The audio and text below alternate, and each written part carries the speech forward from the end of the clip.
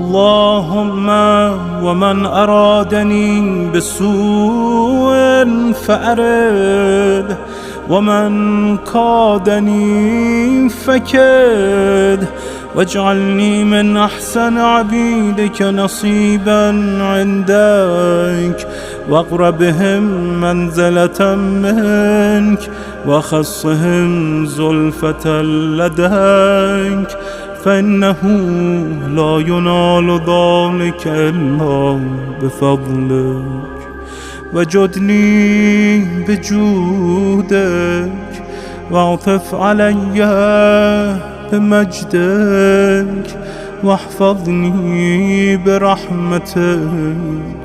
واجعل لساني بذكرك لهجا، وقلبي بحبك